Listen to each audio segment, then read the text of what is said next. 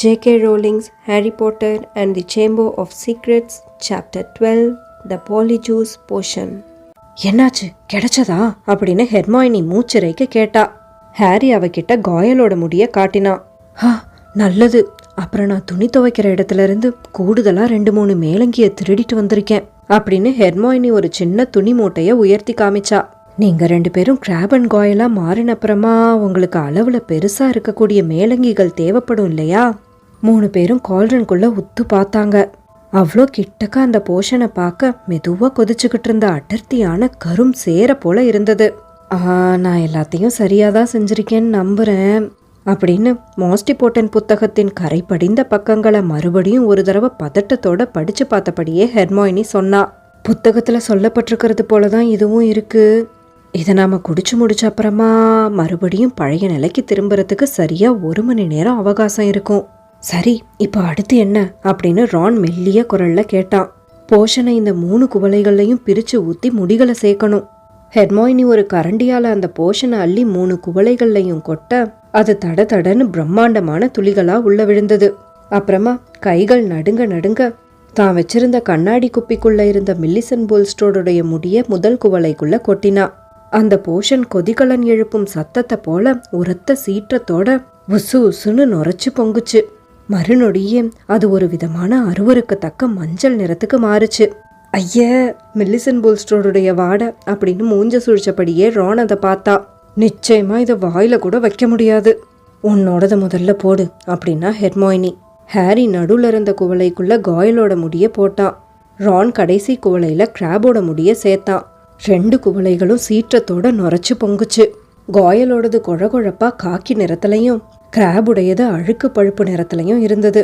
ரானும் ஹெர்மாயினியும் தங்களுடைய குவளைகளை எடுக்க போனப்போ கொஞ்சம் இருங்க அப்படின்னு ஹாரி அவசரமா சொன்னான். நாம இத இங்கிருந்தே குடிக்க வேண்டாம். நம்ம கிராப் அண்ட் காயலா மாறின அப்புறமா நம்ம உடைகள்லாம் நமக்கு பத்தாம போயிடும்.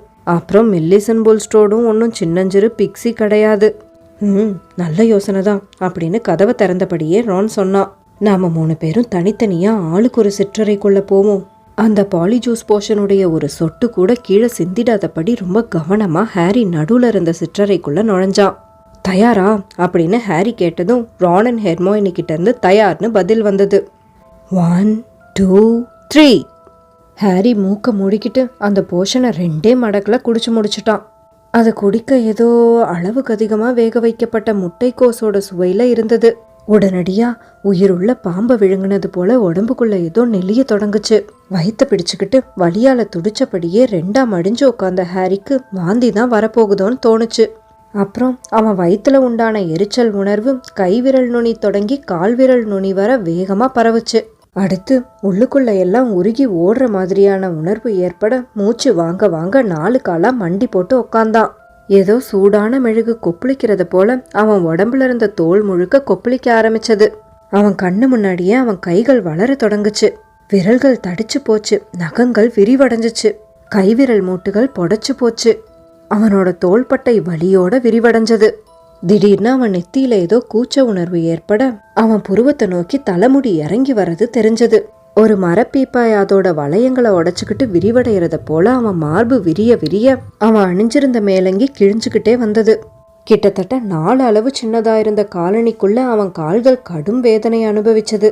அப்புறமா எப்படி எல்லாம் திடீர்னு தொடங்குச்சோ அப்படியே எல்லாமே திடீர்னு நின்னுடுச்சு. அந்த பாத்ரூமுடைய கடைசி சிற்றறையில மோர்னிங் மிட்டல் சோகமா முனகிக்கிட்டு இருந்தத காதுல வாங்கினபடியே அந்த கல்தரையில ஹாரி தலை குப்புற கிடந்தான். மிகுந்த சிரமத்தோட தன்னுடைய காலணிகளை உதறி தள்ளிட்டு ஒரு வழியா எழுந்து நின்னான். அப்போ காயலா இருக்கிற உணர்வு இப்படிதான் இருக்குமோ? அவனுடைய பெரிய கைகள் நடுங்க நடுங்க கணுக்காலுக்கு மேல 1 அடி உயரத்துல தொங்கிக்கிட்டு இருந்த மேலங்கிய கழட்டி போட்டுட்டு மாற்று உடைகளை அணிஞ்சுக்கிட்டு காயலோட படகு போன்ற காலணிகளையும் போட்டுக்கிட்டான். கண்ணை மறைக்கிற முடிய ஒதுக்கிவிட கைய உயர்த்தினப்போ நெத்திக்கு மேல குத்திட்டு நின்ற குட்டையான முடி மட்டுமே தென்பட்டது. அப்புறமா தான் தெரிஞ்சது அவன் அணிஞ்சிருந்த கண்ணாடி தன்னுடைய கண் பார்வைய மறைக்கிறது. ஏன்னா காயலுக்கு தான் கண்ணாடி எல்லாம் தேவையில்லையே. அவன் அந்த கண்ணாடிய கழட்டிட்டு 2 பேருக்கும் ஒன்றும் பிரச்சனை இல்லையே அப்படின்னு கேட்டான். ஆனா அவன் வாயிலிருந்து காயலோட கரகரப்பான தடித்த குரல் வெளிவந்தது. ஆமா அப்படின்னு அவனுக்கு வலது பக்கத்துல இருந்த சிற்றறையிலிருந்து கிராபோட தடித்த குரல் கேட்டது. ஹாரி தன்னுடைய கதவை திறந்துகிட்டு விரிசல் விழுந்த கண்ணாடி முன்ன போய் நின்னான். உணர்ச்சியற்ற குழி விழுந்த கண்களோட காயல் தான் அவனை திரும்பி பார்த்தான். ஹாரி தன்னுடைய காதை ஒரு தடவை தேய்ச்சி விட்டதும் கண்ணாடியில இருந்த காயலும் அதை அப்படியே செஞ்சான். ரானுடைய கதமும் திறந்தது. 2 பேரும் ஒருத்தங்க உத்து பார்த்தாங்க. ரானுக்கு அதிர்ச்சியில முகம் வெளுத்து போயிருந்ததை தவிர ஒரு கிண்ணத்தை தலையில கவுத்து வச்சு வெட்டப்பட்ட தலைமுடி தொடங்கி கொரில்லா போன்ற நீண்ட கைகள் வர ரான் அப்படியே அச்சு அசலா கிராப போலவே இருந்தான். இது நம்பவே முடியாத ஒண்ணு அப்படின்னு கிராபுடைய தட்டையான மூக்க விரல்களால வருடினபடியே கண்ணாடி கிட்ட போய் என்னால இதை நம்பவே முடியல அப்படின்னு ரான் சொன்னான். நாம இங்கிருந்து கிளம்புறதுதான் நல்லது அப்படின்னு காயலுடைய தடித்த மணிக்கட்டை இறுக்கி வெட்டிக்கிட்டு இருந்த கை கடிகாரத்தை தளர்த்தி விட்டபடியே ஹாரி சொன்னான். ஸ்லிதரின் காமன் ரூம் எங்க இருக்குன்னு நாம இன்னும் கண்டுபிடிக்கணும் இல்லையா?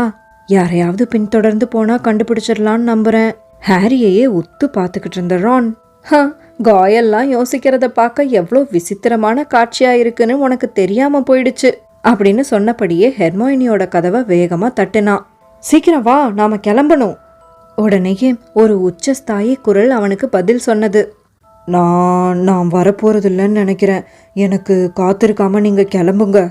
ஹெர்மோயினி, மெல்லிசன் புல்ஸ்டோட் பார்க்க சகிக்க மாட்டான்னு எங்களுக்கு தெரியும். அதனால அது நீதான்னு யாருக்கும் தெரிய போறதில்ல. இல்ல, உண்மையாவே என்னால வர முடியும்னு எனக்கு தோணல. நீங்க 2 பேரும் சீக்கிரம் கிளம்புங்க. நேரத்தை தான் வீணடிச்சுக்கிட்டு இருக்கீங்க. ஹாரி குழப்பத்தோட ரானை திரும்பி பார்த்தான். இப்பதான் உன்னை பார்க்க அப்படியே காயல போல இருக்கு. ஒவ்வொரு முறை ஆசிரியர்கள் அவன்கிட்ட கேள்வி கேட்குறப்பவும் அவன் முகம் இப்படிதான் இருக்கும். ஹெர்மோயினி, நீ நல்லா தானே இருக்க அப்படின்னு ஹாரி கதவுக்கு வெளியே இருந்தே கேட்டான். நல்லா இருக்கேன். நீங்க முதல்ல கிளம்புங்க. ஹாரி தன்னுடைய கை கடிகாரத்தை பார்த்தான். அவங்களுக்கு கிடைச்ச விலை மதிப்பற்ற 60 நிமிடங்கள்ல 5 நிமிடங்கள் ஏற்கனவே கடந்து போயிருந்தது.